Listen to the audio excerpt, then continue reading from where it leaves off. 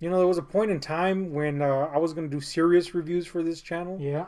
and there's only like 2 videos that have evidence of that ever happening. Three. But that never happened. Nope. We just kind of went wild and haphazard with the reviews. But that's okay. We make But reviews longer than the movie itself. yeah, that's the best part when you can watch 2 fat assholes talk about a movie instead of going and watch the movie. But hopefully you've seen the movies before you watch our videos. But the point is, one of the first videos, it may have been the first one, in fact, that I made. I don't remember. One of the first ones was for Rob Zombie's 31, which I gave a fairly favorable review. I was kind of lukewarm on the subject because there was a lot that I liked, but there was some stuff that I felt didn't completely click. Although the movie overall is pretty fun. It's a fun time. It just didn't feel like a whole movie. It just felt like something that belongs in a bigger movie is what I felt like. It was a really minimalist affair. But overall, what won me over was, the main antagonist, which really, really did a fantastic job. But despite my kind of sort of mute reception of the movie, which again, it's one of those movies that grows on you. You know what I'm saying? Like you've watched it and you're like, yeah, it was all right, and then later you're like, I kind of want to watch that again, and because there's stuff in it that just touches certain spots for a horror fan.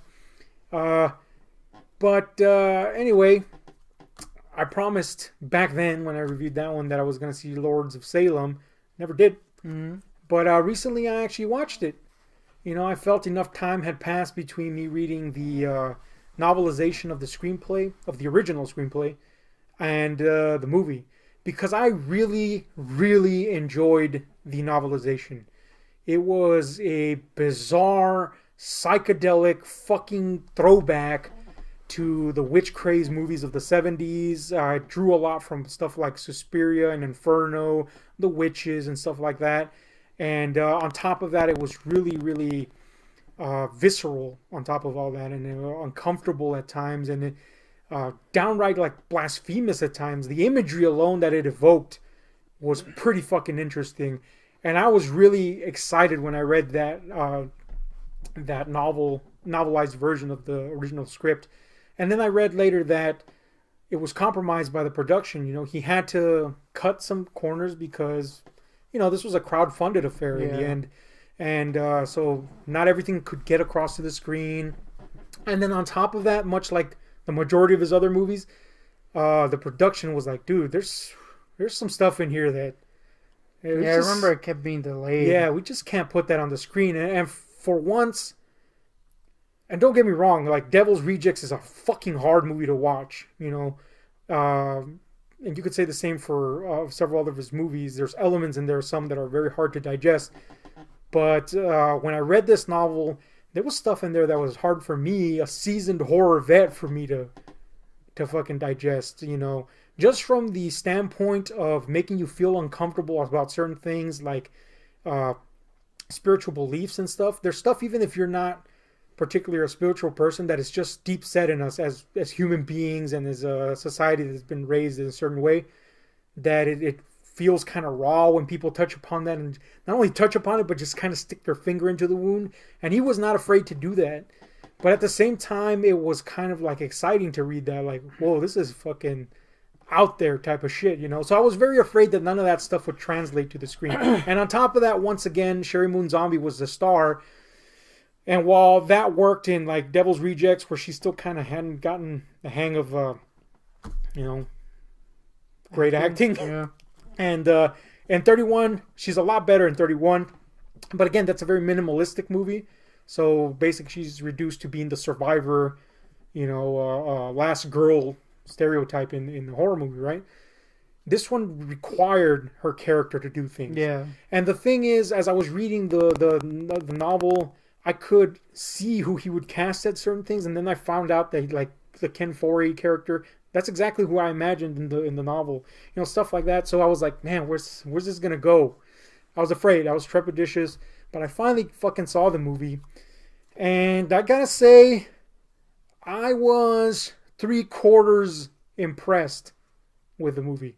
There's a portion of this movie that does not belong, but the other 3/4 of the movie is pretty fucking badass. Just from a visual standpoint alone, it's fucking unsettling. But that quarter of movie that does not belong in there, it's fucking weird.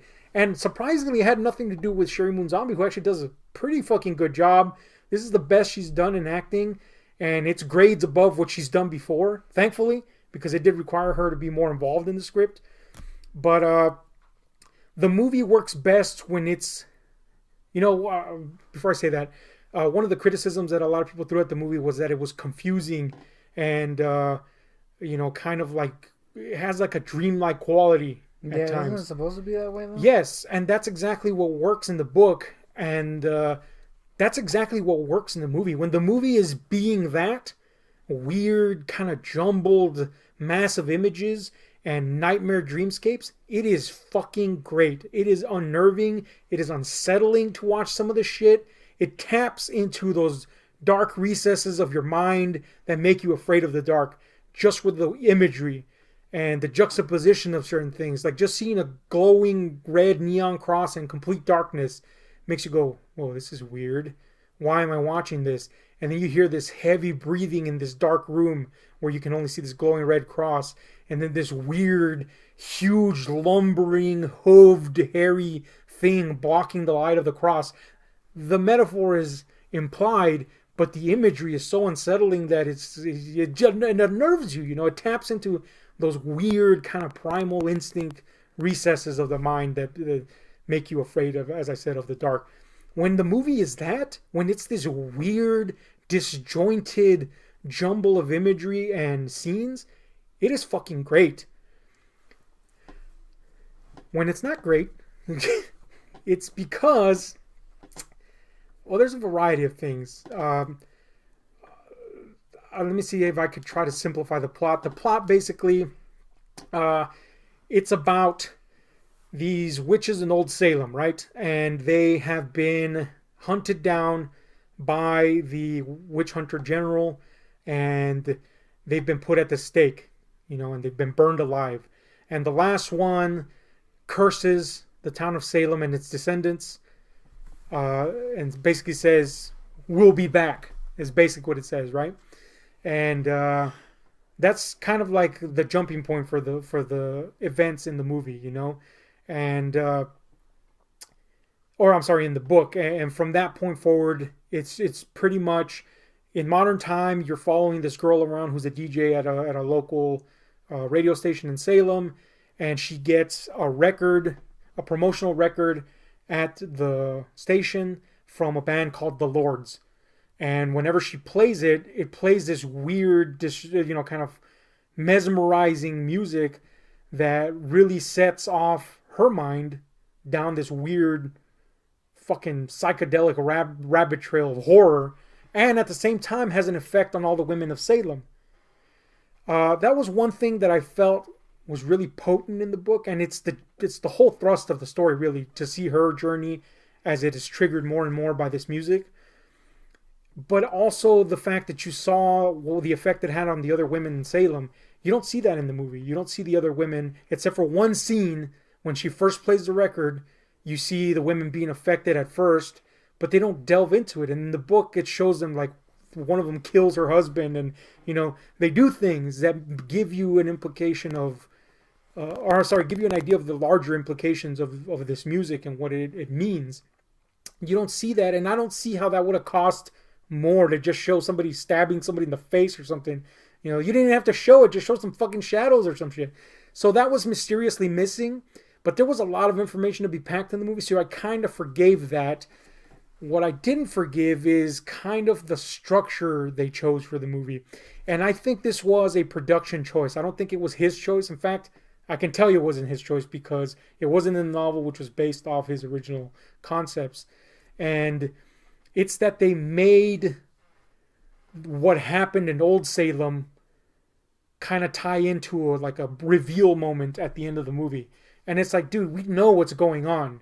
You don't have to do this reveal moment because there's nothing surprising about it. We know that she's the descendant of that guy. We know that those are witches. We know that all this is...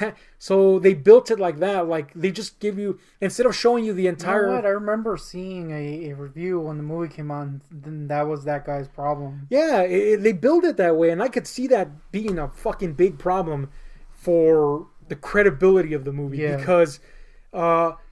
they don't show you everything that happened in Old Salem at the beginning, which they do in the original script and the novel. They just show you everything, and it's gruesome and it's disturbing.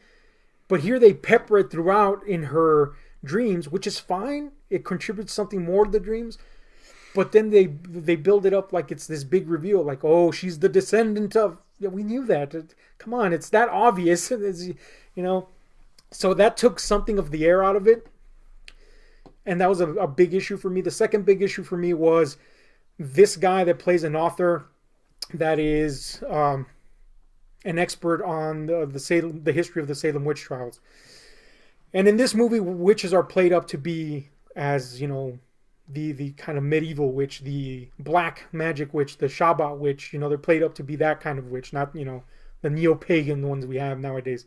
So this guy is an expert in that.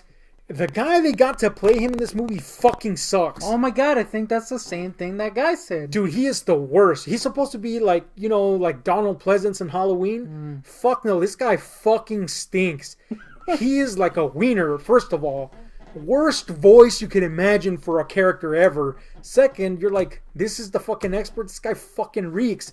And then again, because they played it up like, holy shit, this is who they are. The way he deducts that the lords are actually the Lords of Salem is the stupidest fucking shit ever, man. It literally has, when they first get the album, you know, it has Ken Foree's character and he goes, the Lords? Oh, it's from here, so they must be the Lords of Salem. Already a fucking stupid line, right? And the guy's like, they show his face is like, So later he goes home to his wife and he's like, let me look up in my book that I fucking wrote. Oh, look, the Lords of Salem. Then he, you know, he goes on this little trip to fucking find out more about it. And it's like, dude, we know this shit. All you had to do was show this guy at the station and have a reaction to that, and that's it, and we would have gotten it. He wouldn't even have to have been a fucking character.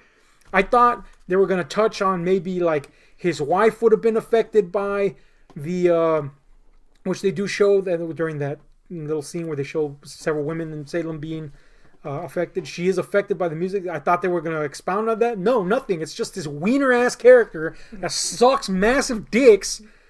And again, they use it to contribute to the idea of, oh shit, the Lords of Salem, they're the witches, and you're the descendant of... And it's like, dude, we know that shit. Why is this being portrayed like a big mystery?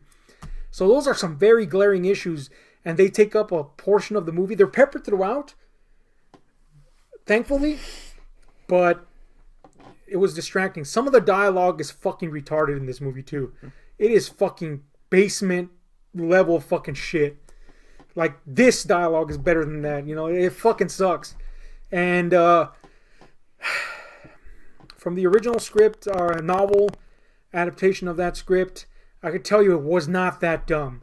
And while that character existed and he found out that she was the descendant of these old witch prosecutors, it wasn't played like a reveal.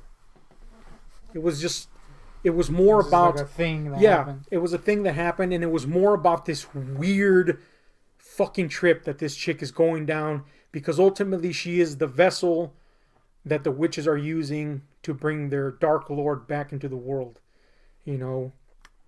And that's it. You venture into this bizarre space between reality and this dark fantasy, and that's what worked in the book, and that's the only shit that works in the movie. Thankfully, that's the majority of the movie. And when it goes into those territories, even if it goes into weird, almost on the verge of silly shit, like at one point she's trying to catch some respite from all these trips that she keeps having. She goes into a church, and you know, the priest notices her, and he's like, hey, you know, is everything all right? You know, and then all of a sudden he's an aggressor. He went from comforter to aggressor, and he forces her down on his wang basically, and that's a ridiculous scenario. That's like a porn movie scenario, but the way it's portrayed is kind of unsettling because it's like on the verge of like blasphemy. You're like, this is fucking disturbing. Because we know what that stands for, and we know what's being seen here is a mark against it. So when it does stuff like that, when it goes into these weird trips, the movie works pretty fucking great. And there was one scene, one set piece in the original story that I was worried would have been cut out, and it's when she finally is basically bred to Satan, basically. And the way it's portrayed in the book is kind of pretty much what they put up on the screen. But the reason I was worried about it is because in the book, it is a pretty grandiose scene. It's fucking... You could have seen it being colossal effects, endeavor. And they didn't half-ass it. They made their budget work for them as best as they could. And instead of having this weird triumvirate of creatures that are like having people suckle off their teats and stuff, they just replaced it with a midget. I remember in the review I saw, the guy talked about the demon midget. Yeah. But said it was, kind of disturbing. Yeah, the midget itself was actually disturbing. And the same thing happens, kinda. So you get that across. Then the image is fucking unsettling. Because the Satan entity takes on several forms in this movie. The big hairy thing, the midget creature, etc. But what doesn't work... that scene worked. I was like, all right, man, considering that they had to cut back on this bigger scene, that works, because that's an unsettling fucking midget and this weird things coming out of him, and she's, that's weird. But then it cuts to her being all dazed and shit, because she come out of that, her being groped by Satan thing, and the witches in the apartment complex she's in are like, hey, let's put her to bed, right? So she's in bed, and she's already dazed and confused and whatever, right? She's already been bred to the devil himself. And fuck, they ruined that midget because she's sitting there. I mean, she's sleeping all of a sudden, or rather she's put to bed, and then they do this jump scare where the midget creature just comes into the frame all of a sudden, right? Now, a normal jump scare would be like, I don't know, he pops out of somewhere, or he's in the darkness, and you're like, oh shit, and they cut away, right? Now, this midget just kind of casually strolls in, and since it's a midget, the prosthetics don't look natural on him, right? So you're like, oh man, that midget just doesn't look cool anymore. He doesn't look menacing anymore. He just looks like a fucking midget in a suit. So they ruined the midget. That's what we're gonna call the video, by the way. They ruined the midget. They ruined the midget, yeah. But I'm telling you, the movie is actually worth a while to see for the visuals alone. It is, in that regard, unsettling at times. They did, if you read the original screenplay or the book, they preserved a lot of the stuff in there. It's just the way they ultimately chose to present some stuff didn't quite work out. I.e. that fucking author guy. Dude, I can't get over how much he sucked. You gotta see this movie because it's really visually arresting and very unsettling at times. But that author guy, that's another reason you gotta see it. He fucking sucks my dick. I don't know why, but when you're describing him, I can only imagine Jonesy from Dreamcatcher. No, I would have preferred Jonesy from Dreamcatcher. Man. This is just some poor old sap with white hair. He should have been cool. He should have been a Loomis type figure. Instead, we get a lame ass. In fact, when I read the book, I was like, you know what? This is probably what Malcolm McDowell should have done instead of Loomis. I would have worked with him. Instead, we got this jackbeat that fucking licks jelly beans off the floor of a fucking Jack theater. There's a lot of Jack going on there. But the point is, despite its flaws, it is totally worthy of seeing just for the strange, damn near psychedelic imagery. If you're a fan of like Inferno, especially of Argento's trilogy of witch movies of the Three Mothers series, this is probably along those lines in terms of just it being a collage of weirdness. It does have silly moments. Oh, let me put, before I even get there, there's this fucking one moment. Again, I tell you, some of the dialogue is fucking retarded. Like, dude, I don't know if it was Rob Zombie or the production. I have a feeling it was the production because this wasn't present in the original script or the novel. So I just think it was the production, and they were like, people are not going to get this. You need to get this. That, or he was paranoid that they had made so many changes and cuts that he was like, people are not going to get it. I don't know what it was, but some of the dialogue was like, we understand. You don't have to. Especially that author guy. But there's this one scene, okay, when Sherry Moon's character is coming out of her apartment. She lives in an apartment complex, which is run by witches. And the moment you see these girls, you're like, they're witches. You know, there's no fucking mystery to it. So when that happens, you're like, we knew they were witches the whole fucking time. But anyway, she comes out of her apartment, and room 5 has this air of mystery. It's always been empty, and she sees the door close. And she's like, huh, that's fucking interesting. So she goes downstairs and she tells one of the witches that we just fucking know from the get-go are witches. But she doesn't. She goes, hey, I'm glad to see somebody fucking, I'm paraphrasing here, but glad to see somebody finally moved into room 5, right? And then the chick, or witch I should say, is like, there's nobody there. And she's like, oh, really? I just saw somebody go in there. And they just go on and on about their... And it's like, it would have been simple for her to say there's nobody there than just kind of like a look of, huh, in Sherry Moon's face. Nope. It's like a 12-minute sequence. Yeah, let's just string this fucker along until we get it that there's nobody fucking there. And really, if you had this long conversation about this thing, the other person would be like, all right, well, I got to go check, I guess, right? What she does. But really, Sherry Moon would have been like, hold on, bitch. There's something clearly up there. Instead of, just leave it at, there's nobody up there. That's it. That's all you need. That's all you need. Same with the author guy. That's all you need. A few scenes with him, and that's it. Nope. So, that stuff doesn't work. But when it works, it works. And it's pretty unsettling. Some of the shit is unsettling in it. It was a unique movie. I'll grant him that. It was a very unique movie. And it left me a lot more satisfied than 31. I will say that. Though I portions of this are not good. Yeah, they're not good. So in that regard, 31 trumps it because there wasn't really anything unsatisfying in 31. It was just that it was a very simple thing. But yeah, I'd recommend it. That's what I'm saying. But yeah, man, I thought that was worthy to talk about because I like Rob Zombie. Yeah, I don't think you're gonna find a lot of he gets a lot of hate. He does, and I think the hate is uncalled for. We know that the majority of the hate is because, one, he's Rob Zombie. He's known for music, and metal is not considered the highest of art. So, when he made the transition, he had kind of already had some bad blood with people. He's just that fucking guy. Add to that the Halloween. Yeah, that was really the big turning point. He lost... He didn't get the serious approach he needed. Plus, they cut the shit out of House of a Thousand Corpses. And it's surprising we got such an entertaining movie out of it anyway, considering how much they cut out of it. Then he gained a lot of respect with Devil's Rejects. Yeah. Because that is a genuinely good, albeit sometimes hard to watch movie. But then the Halloween thing is what did him in. And at that point, especially in this modern, society...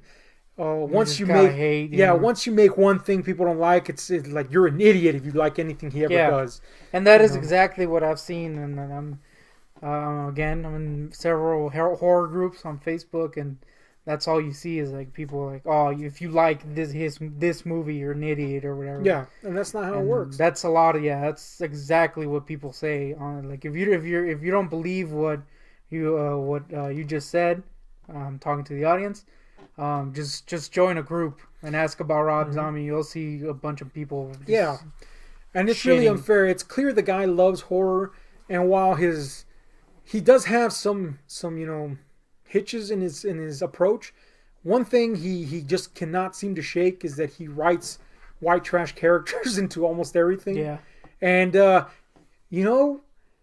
thing about that is people write what they know and people write what they're familiar with.